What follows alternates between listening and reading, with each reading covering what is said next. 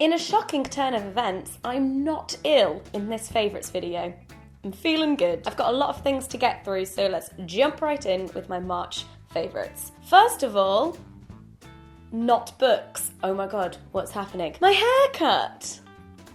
I chopped off my hair. In March, I chopped off 12 inches of my hair and donated it to the Little Princess Trust charity, which makes wigs out of hair for children with cancer. My good friend Pete was the one there who actually cut through the plaits and did the initial chop. He was very excited to do it. I was very nervous for him to do it because I thought he would chop it too short, and I was like, no. But it was fine. Also, a huge thank you to Rachel at Sean Hannah Salon in Putney, who ended up cutting my hair and making it all beautiful and lovely, and I'm so happy with it. And also a massive thank you to Mandy, who organised the whole thing. I don't have to brush my hair anymore, so that's great. Now we can get into books. I read a lot of books this month. First of all, for the Banging Book Club, we read Bonk, The Curious Coupling of Sex and Science by Mary Roach. I won't massively go into it here. There is a video review on Lucy's channel, which I'll link below, and there's a full podcast where me, Lucy and Lena properly discuss the ins and outs of this book, which I will also link below. And speaking of the Banging Book Club, I may have read ahead, and this month I read All the Rage by Courtney Summers, so if you want to join in the discussion this month, then read this book, and at the end of the month there will be a review on my channel and a podcast. There are a lot of parallels with this and Asking for It, because it's a YA novel, female protagonist who is a rape victim. But it is so different. Basically, this book starts a whole year on since the main character was raped, and so you're just experiencing kind of the repercussions, but also she has a routine in her life and she's kind of numb to so much stuff. I won't say too much about it now because you're going to get all of my thoughts and more at the end of the month with the Banging Book Club. This month I read a graphic novel.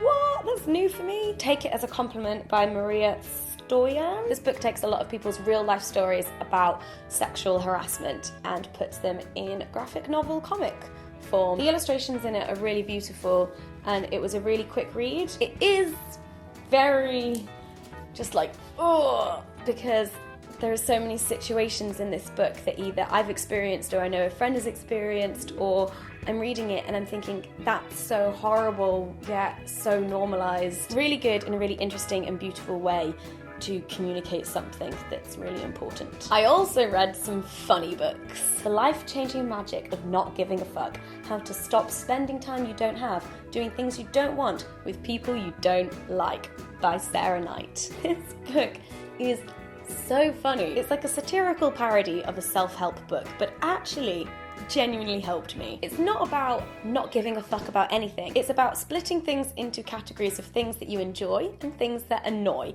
and stopping giving a fuck about the things that annoy so you can spend more time, energy, and money and giving fucks about the things that you enjoy. And it's just a really great pep talk in prioritising your fucks. Genuinely would recommend. It's just really funny and enjoyable, but also life-changing, like it says on the title. All This Has Nothing to Do with Me by Monica Sabalo. This book is basically a documentation of one woman's relationship / obsession with her colleague. It's almost written out like a report, and you get loads of weird different snippets, and it's so funny but so tragic, and it kind of really demonstrates that weird obsessive love that you can have, but it's not really love, it's more of an infatuation. She draws out a map of where they sit in relation to each other in their office. She steals a whole bunch of his lighters and then just takes pictures of them. There's whole transcripts of their text messages. We always talk about when we like someone that we pay so much attention to detail and we overanalyze everything. Well, that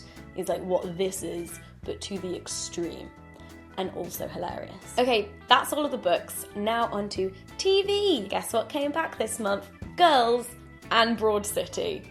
Two of my favourite shows about women in their 20s in New York City. Broad City is just ridiculously funny and has the most creative and clever writing. It's just such a good time. You watch Broad City and you know that you're just going to have a really good time. Girls, on the other hand, you're not necessarily going to have a good time whilst you're watching it, but you're still going to enjoy it in like a sadistic kind of way because all the characters are so unbearable, but it's just such a great show. I also binge watched Netflix's new show called Love in March, but not technically a favourite because I didn't like it. I actually wrote a whole blog post about it, which I'll link below if you're interested in my thoughts on that. I went to the movies. I saw 2 films this month. One of them we will not talk about, Batman versus Superman.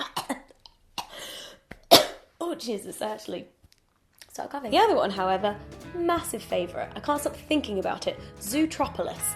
Oh my god. Also, if you're confused, it's called Zootropolis in the UK and Zootopia in the US. Zootropolis is this city where all of these animals live together, and the idea is that predators and prey live in harmony. The main character is this bunny called Judy who wants to become a police officer, and everyone's like, you can't become a police officer, a bunny's never been a police officer. But then she just does a massive FU, but in Disney language, and becomes a police officer anyway. And then the story unfolds as her experience as a police officer being a bunny and the mystery case that she has to solve. Oh my god, I can't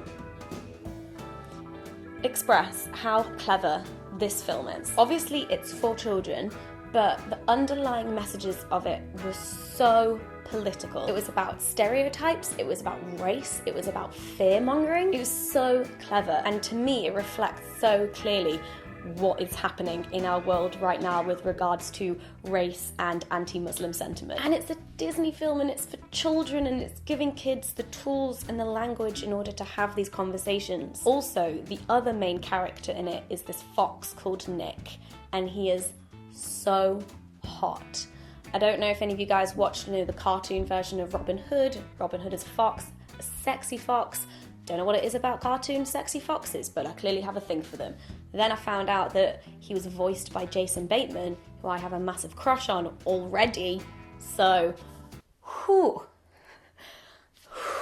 So in March it was International Women's Day, and the South Bank Centre in London put on this festival called Women of the World, WOW Festival. This was the programme, I kept it. This was an incredible event. I'm not going to talk about it all that much because obviously it's over now, but if you're going to be in London in March time next year, get on it, get tickets. Incredible, very inspiring. And finally, I thought that I would recommend you some smaller YouTube channels that have been absolute favourites of mine this month. You guys seem to really love the video where I recommended smaller female YouTubers, and so I've got 3 more for you, but they're not necessarily all female. First of all, Super Sam stuff. He's got that kind of old school, I'm just gonna chat with you vlogging style, and his editing is so slick that makes me jealous of how good he is at vlogging. He's really articulate, has great comedic timing, and is just an all-round lovely person, and you should definitely check him out and subscribe. The second person is Rowan Ellis. She makes amazing videos about sexuality and cultural representation of LGBTQ+ people. She is a very passionate and clever lady, and you should definitely check her out and subscribe. Third and final person is Taha Khan. His YouTube channel is Can't Stop Me. Taha does some really funny vlogs and sketches.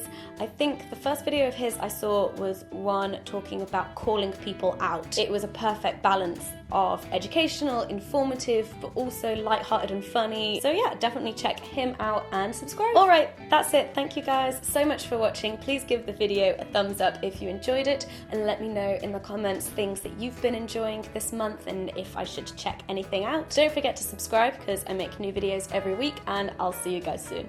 Bye!